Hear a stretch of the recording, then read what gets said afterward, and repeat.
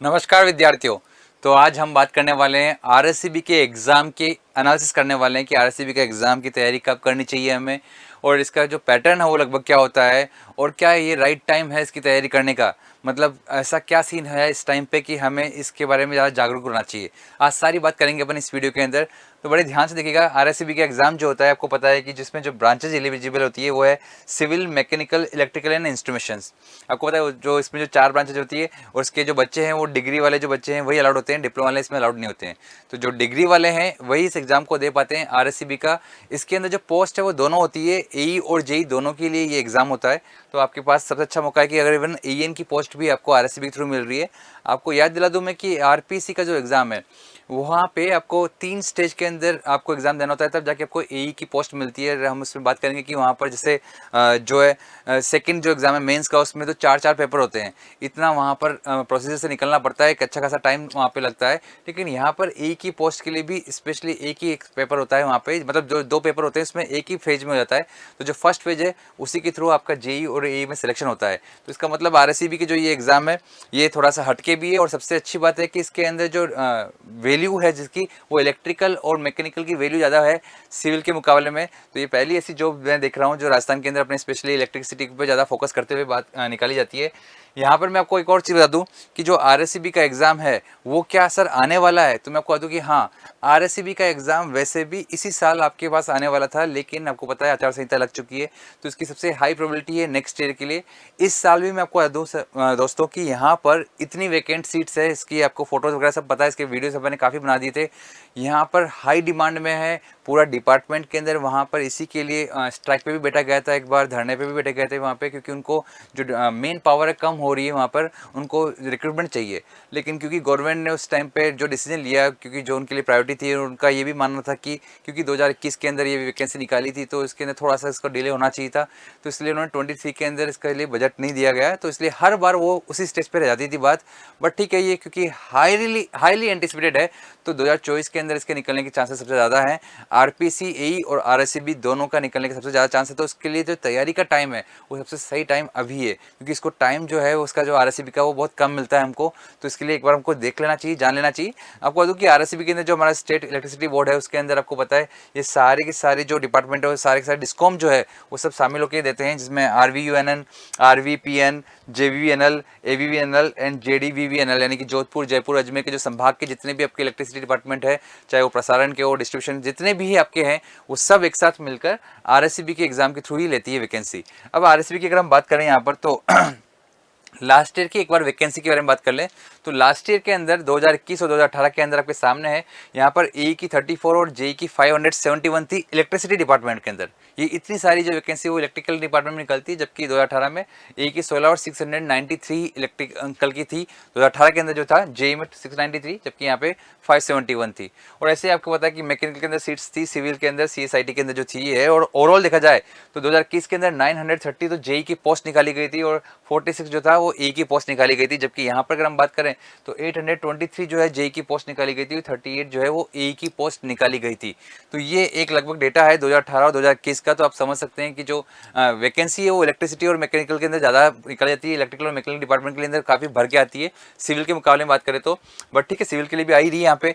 But अगर मैं बात करूँ यहाँ पे तो ये जो वैकेंसी है यहाँ पहले भी 3 साल लगाए थे इसने, 2018 के बाद 2021 में निकली थी, और अब आपको पता है अगर 2024 में तो उसको आना ही है, क्योंकि 3 साल भी हो जाएंगे। हालांकि मैं फिर से बोल रहा हूँ कि इस बार इसको 3 साल से पहले निकलना इसलिए जरूरी था क्योंकि जो पिछली बार 2021 में वैकेंसी थी वो निकली थी, उसके अंदर जो बचे थे वो फाइनल के अंदर पूरे पहुंचे नहीं थे। तो इसका मतलब नहीं, कुछ सीट जो है वैकेंट रह गई थी फाइनल सिलेक्शन के बाद भी। तो इसकी वजह से जो वहाँ पे काम था वो हैम्पर हो रहा था, इसलिए इसकी काफ़ी डिमांड थी कि ये वैकेंसी निकलनी चाहिए थी 2023 के अंदर। बट ठीक है, अब वो नहीं निकल पाई तो आचार संहिता लगने की वजह से, लेकिन 2024 की स्टार्टिंग में ही ये वैकेंसी निकलने वाली है। तो अब इसके लिए एक बार बात कर लेंगे सर जो तैयारी है वो कैसे की जाती है इसकी। तो एक बार उसके बारे में बात करने के लिए मैं आपको बता दूं पहले कि जो क्वेश्चंस पेपर होते हैं इसमें 2 होते हैं। मतलब आपको एक साथ एक ही पेपर मिलेगा, लेकिन उसके अंदर जो सेट 2 होंगे, एक टेक्निकल पेपर होगा उसमें, एक नॉन टेक्निकल पेपर होगा। एक ही फेज में होगा पूरा का पूरा पेपर। जो पहला पेपर है टेक्निकल का वो भी 60 मिनट का है, और जो नॉन टेक्निकल का पेपर है वो भी 60 मिनट्स का है। यानी पूरा 2 घंटे का पेपर है, 1 घंटा टेक्निकल के लिए, 1 घंटा नॉन टेक्निकल के लिए। टेक्निकल के अंदर 60 क्वेश्चन आएंगे आपके पास, जो कि हर क्वेश्चन 2 नंबर का होगा, यानी कि 120 मार्क्स का पेपर होगा। जबकि अगर हम बात करें यहाँ पर नॉन टेक्निकल के अंदर, तो यहाँ पर 80 क्वेश्चन आएंगे, लेकिन वो 1 नंबर के होंगे, यानी कि 80 नंबर का पेपर ये होगा। तो ओवरऑल देखा जाए तो 200 नंबर का पेपर होगा। क्वेश्चन ज़्यादा नॉन टेक्निकल के होंगे 80, लेकिन उसके जो वेटेज होगा केवल 80 नंबर का ही है। जबकि 60 क्वेश्चन टेक्निकल के होंगे, लेकिन 120 नंबर का वेटेज होगा। तो ज़्यादा वेटेज जो है टेक्निकल के जो सब्जेक्ट है उसका है। यहाँ पर अब एक बार बात कर ले तो नॉन टेक्निकल के अंदर भी इसने बांट रखा है कि जो 8 क्वेश्चन है वो आपकी रीजनिंग के होंगे, ऐसे ही जो 8 क्वेश्चन है वो हिंदी के होंगे, 8 क्वेश्चन इंग्लिश के होंगे और 8 क्वेश्चन होंगे आपके मैथ्स के। जो बचे हुए आपके 36 क्वेश्चन है वो राजस्थान जीके से होंगे, और जो 12 क्वेश्चन है वो इंडिया जीके और वर्ल्ड जीके के कुछ क्वेश्चन होंगे, साइंस के जो होते हैं वो क्वेश्चन आपको मिलेंगे। यानी कि जो सबसे ज़्यादा वेटेज है नॉन टेक्निकल में वो है राजस्थान जीके का। और उसके लिए मैंने एक बार पहले भी आपको एक वेबसाइट बताई थी जहाँ से ज़्यादा क्वेश्चन बनते हैं राजस्थान जीके के, तो वो आप मुझसे पूछ भी सकते हैं, या फिर आप उस वीडियो को देख के भी आप उसको चेक कर सकते हैं कि कौन सी वेबसाइट के थ्रू ज़्यादा क्वेश्चन मिलते हैं। लेकिन मैं कहता हूँ फिर से कि आपकी तैयारी जो है इसकी लगभग स्टार्ट हो जानी चाहिए। नाउ अब हम बात करें तो टोटल 140 क्वेश्चन जो है 200 नंबर का जो पेपर है आपका, और आउट ऑफ 200 ही आपकी कट ऑफ निकलती है इसके अंदर, और फाइनल सेक्शन भी इन 200 नंबर में होता है। ध्यान रहे, जेई और एई दोनों के लिए ये एक ही पेपर होगा, मतलब 200 नंबर का जो पेपर होता है उसी के थ्रू आपको एक ही सेट के अंदर, एक ही फेज के अंदर आपकी कट ऑफ निकलेगी। और इसके लिए कोई अलग अलग 3-3 फेज नहीं होते जैसे आरपीएससी एई के अंदर होते हैं। तो ये खास बात है, और मुझे लगता है ये बहुत बड़ी बात है। आरपीएससी एई के अंदर जहाँ आपको पता है प्रोसीजर पूरा 1.5-2 साल तक जाता है, और वहाँ पर 3 स्टेज के अंदर एग्जाम देते हैं, लास्ट में इंटरव्यू भी देना होता है। यहाँ पर एक ही स्टेज के अंदर होता है, जल्दी से रिजल्ट भी जो जल्दी आता है इसके अंदर। तो ये बहुत ही प्यारी आपके लिए जॉब हो सकती है। बट अब आप बात करें सर कि ठीक है ये सब तो, लेकिन सर एक और चीज़ मैं आपको बता दूं इसके अंदर कि 60 मिनट का जो पेपर होता है ये एकदम अलग होता है। यानी टेक्निकल के अंदर हो सकता है कि आपने फास्ट करके 50 मिनट में ही सारे 60 क्वेश्चंस के आंसर दे दिए। सारे 60 क्वेश्चंस के आंसर देने के बाद अब आपके पास जो टाइम बचा वो टाइम केवल इसी में यूटिलाइज करना है। आपको ये पेपर ओपन नहीं होगा, आपको ये 60 मिनट के बाद ही पेपर ओपन होकर मिलेगा। यानी कि आपके लिए दोनों सेपरेट हैं, टेक्निकल के 60 मिनट सेपरेट हैं और 60 मिनट आपके नॉन टेक्निकल के भी सेपरेट है। तो यानी कि कुछ इस तरह से इसका कंट्रीब्यूशन होता है। अब बात करें एक बार कि इसमें सब्जेक्ट्स क्या आते हैं टेक्निकल के अंदर, तो इलेक्ट्रिकल इंजीनियरिंग के जो सब्जेक्ट्स हैं फेमस वो सारे इसमें कवर्ड है। ईडीसी एनालॉग दोनों आते हैं इसमें। सिग्नल सिस्टम जो बेसिक्स है वो इसमें आता ही है। ऐसे ही इसमें पावर सिस्टम के साथ जो यूटिलाइजेशन वाला पार्ट होता है उस पर भी आता है। पावर इलेक्ट्रॉनिक्स के लिए भी आते हैं क्वेश्चंस। इसमें ईएमएफटी भी आता है, इलेक्ट्रोमैग्नेटिक फील्ड थ्योरी, इस पे पूछे जाते हैं क्वेश्चन। नेटवर्क एनालिसिस का आता है, कंट्रोल सिस्टम आता है, इसमें मशीन्स आता है, डिजिटल इलेक्ट्रॉनिक्स डी आता है इसके अंदर, पावर सिस्टम तो आता ही है, और साथ में electrical instruments, measurement and instrumentation के क्वेश्चन भी इसमें आते हैं। यानी लगभग सारे सब्जेक्ट जो आप पढ़ते हैं वो सारे इसमें कवर हो जाते हैं। तो इस आरएससीबी के पेपर के अंदर जो 60 क्वेश्चन होते हैं वो इन सब सब्जेक्ट से मिलके बनते हैं। यहीं अगर मैं मैकेनिकल की बात कर लूँ तो मैकेनिकल के अंदर आपको पता है FM, HM, SOM, thermo, IC engine, power plant, RAC, production, TOM या engineering mechanics, industrial, HMT, material science and machine design, सारे सब्जेक्ट्स में भी कवर होते हैं। तो ये मैकेनिकल और इलेक्ट्रिकल के अंदर ज़्यादा वैकेंसी आती है, इसलिए मैंने इन दोनों के आपके स्ट्रीम के सब्जेक्ट्स बताए थे।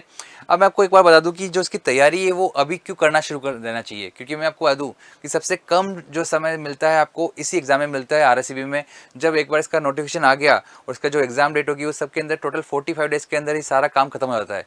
तो 45 डेज के अंदर ही सारा सिलेबस कवर करना और नॉन टेक्निकल को कवर करना इतना आसान नहीं होता है बहुत सी बार बच्चों के लिए। तो इसलिए मुझे लगता है कि एक बार आपको अपने स्तर पे तैयारी शुरू कर देनी चाहिए। अब इसके अंदर उत्कर्ष आपकी किस तरह से हेल्प कर सकता है तो उसके बारे में मैं आपको बता दूं कि जैसा कि अच्छा एक चीज़ उसमें और बता देता हूँ कि यहाँ पर जो कट ऑफ है एक बार के लिए थोड़ा सा आइडिया हो जाता है कि ये कंपटीशन किस लेवल का है।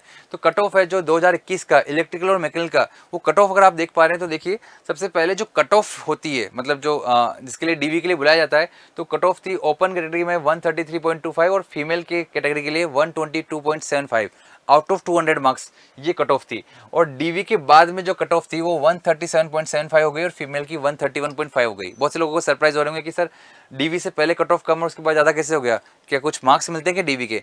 डीवी के मार्क्स नहीं मिलते। आपको पता है कि अगर मैं यहाँ पर डीवी के लिए 2 गुने बच्चे बुलाता हूँ या 1.5 गुना बच्चे बुलाता हूँ, तो अगर मैं 1.5 गुना बच्चा बुलाता हूँ तो जो मार्क्स कट ऑफ है वो कम होगी, क्योंकि मेरे को बच्चे ज़्यादा मिलाने तो लास्ट बच्चा जो होगा उसकी कट ऑफ कम हो रही होगी। लेकिन जब फाइनली मैं सेलेक्ट करता हूँ, डीवी को सेलेक्ट करता हूँ, तो फाइनली जो मुझे सीट चाहिए वो फिल करने के बाद हो सकता है पीछे वाले बच्चे रह जाएँ और जो बाकी के जो स्टार्टिंग वाले बच्चे हैं वो मैं ले लूँ, तो जो कट ऑफ थी थोड़ी सी ऊपर हो जाती है। तो वो कट ऑफ यहाँ पे, बट यानी कुल मिला कहने का मतलब है कि जनरल की जो कट ऑफ थी वो 137.75 थी और बाकी कैटेगरी की कट ऑफ जो आपके सामने है। ऐसे मैकेनिकल के अंदर जो कट ऑफ थी वो 152.5 है 200 में से, आउट ऑफ 200 बता रहा हूँ ये कट ऑफ रही है जनरल की आफ्टर डीवी। तो ये कट ऑफ काफ़ी अच्छी है ये मतलब यानी कि ये बता रही है कि यहाँ पर अगर आप थोड़े चूके तो आपके पास चांस नहीं होगा। इसलिए मैं तो कह रहा हूँ फिर से सिंपल सब एग्ज़ाम होता है, और आपको अगर तैयार हैं, अगर आप मेंटली प्रिपेयर्ड हैं तो आप इसको आराम से निकाल सकते हैं और काफ़ी अच्छी जॉब आपको यहाँ मिल जाएगी। लेकिन इसकी तैयारी के लिए मैं आपको बता दूँ फिर से, जैसे कि मैं बता रहा था, उत्कर्ष आपकी किस तरह से हेल्प कर सकता है।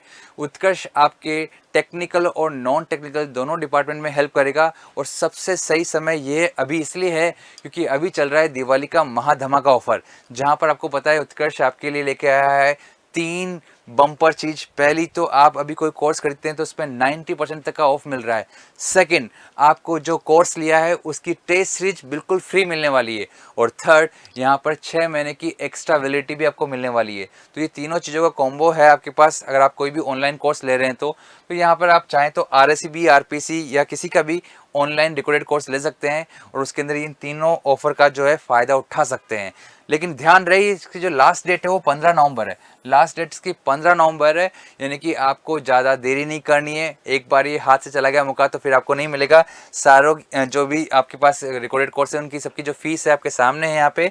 मैं एक बार वापस याद दिला दूँ कि जो इनकी टेस्ट सीरीज है वो बिल्कुल फ्री है। जो भी कोर्स आप ले रहे हो उससे रिलेटेड जो टेस्ट सीरीज आपको फ्री मिलेगी और जो इसकी वैलिडिटी है वो भी 6 महीना एक्स्ट्रा मिलेगी आपको। तो ये सारे कोर्सेज की जो प्राइस है आपके सामने है और मैं आपके साथ इसी तरह से कुछ अच्छे वीडियो के साथ मिलता रहूँगा। RSCB के लिए अगर आप तैयारी कर रहे हैं, मैं फिर से कहता हूँ सबसे सही समय है अभी, क्योंकि बाद में जब वैकेंसी आएगी आपको ज़्यादा समय नहीं मिलेगा। तो अभी दिवाली के टाइम पे आप इस मौके को भुनाइए और हमेशा खुश रहिए, तैयारी करते रहिए और जुड़े रहिएगा उत्कर्ष इंजीनियर्स क्लासेस के साथ में। धन्यवाद।